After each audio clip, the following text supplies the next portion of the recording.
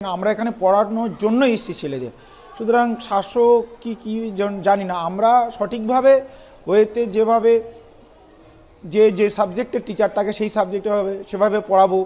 আমরা হেড স্যারকে সেই আবেদন করেছিলাম, সুষ্ঠুভাবে এটা সব হতো, কিন্তু নিজেদেরকে প্রাধান্য দিয়ে, হেড স্যারকে না প্রাধান্য দিয়ে নিজেরাই সব কিছু এটাকে গণ্ডগোল পাকিয়ে দিয়েছে। শিক্ষাক্ষেত্রে আক্রান্ত শিক্ষাদাতা, স্কুলের মধ্যেই প্রধান শিক্ষককে মারধরের অভিযোগ। গন্ডগোলের সেই চিহ্ন এখনো স্পষ্ট।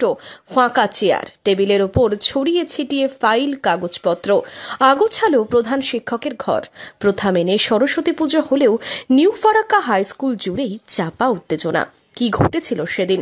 স্কুলের একাডেমিক কাউন্সিলের রুটিন নিয়ে মিটিং চলাকালীন প্রধান শিক্ষককে মারধরের অভিযোগ ওঠে কয়েকজন সহকারী শিক্ষকের বিরুদ্ধে। শুক্রবার বিকেলে ঘটনাকে কেন্দ্র করে ব্যাপক চাঞ্চল্যের সৃষ্টি হয় নিউ ফারাক্কা হাই স্কুলে। মারধরের ঘটনায় প্রধান শিক্ষকের পা ভেঙে যাওয়ার পাশাপাশি চোখেও আঘাত লাগে। কেন গন্ডগোল? কি নিয়ে বাধে ঝামেলা? একাডেমিকের সঙ্গে আমাদের সহকারী সমস্ত শিক্ষক শিক্ষিকাদের যে একটা পার্থক্য, সেটা অনেকে মেনে নিচ্ছিলেন না। তো আমরা স্যারকে সেদিন জানিয়েছিলাম।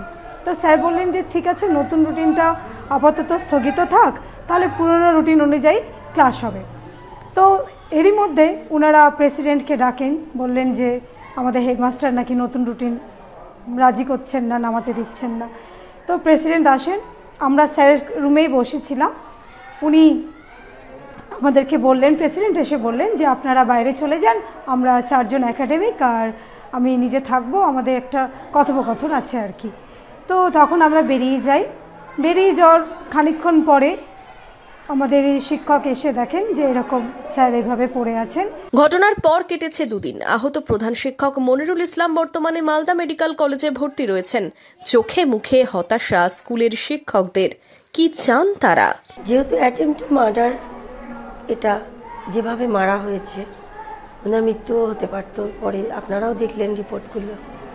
তো তাতে আইনত যা শাস্তি হওয়া নিয়ম সেটাই হোক, যা এতে শাস্তি হওয়া উচিত আইনত শাস্তি অবশ্যই হোক। বাকি 4 জনকে খুব তাড়াতাড়ি ধরা হোক, এটাই আমি চাইবো। কেন ধরা হচ্ছে না সেটাই এখন প্রশাসনিকের কাজ কিভাবে চলছে, দেখা যাক কতটা ওনারা দ্রুত করতে পারেন আর কি। ফারাক্কা থানায় তৃণমূল নেতা ও স্কুল পরিচালন সমিতির সভাপতি সহ 5 জনের বিরুদ্ধে অভিযোগ দায়ের হয়েছে। এফআইআর এর নাম রয়েছে পশ্চিমবঙ্গ তৃণমূল প্রাথমিক শিক্ষক সমিতির রাজ্য কমিটির সদস্য তারিফ হোসেন ও ফারাক্কার তৃণমূল নেতা অরুণময় দাসের। ইতিমধ্যে গ্রেপ্তার করা হয়েছে সুজন স্বর্ণকার নামে একজনকে। আমি চাই বাকি যে 4 জন আর এর সঙ্গে জড়িত ছিল তাদের যেন অবিলম্বে গ্রেপ্তার করা হয়। এখনো পর্যন্ত শুনেছি, যেটা দেখেছি টিভিতে দেখছি, যে সুজন স্বর্ণকার নামে একজনকে গ্রেপ্তার করা হয়েছে, কিন্তু এখনো পর্যন্ত আরও 4 জন অভিযুক্ত তাদেরকে গ্রেপ্তার করা হয়নি। আমরা চাই অবিলম্বে ওই 4 জনকে গ্রেপ্তার করে যথোপযুক্ত শাস্তি দেওয়া হোক। সিসি ক্যামেরায় মোড়া স্কুল চত্বর, তদন্ত কোন দিকে এগোচ্ছে? প্রধান শিক্ষকের আক্রান্তের ঘটনায় উঠেছে নিন্দার ঝড়। প্রকাশ্যে শাসক দলের গোষ্ঠী কোন দল? ফারাক্কা থেকে শুভরাজ সরকারের রিপোর্ট, ইমাজিন কমিউনিটি মিডিয়া।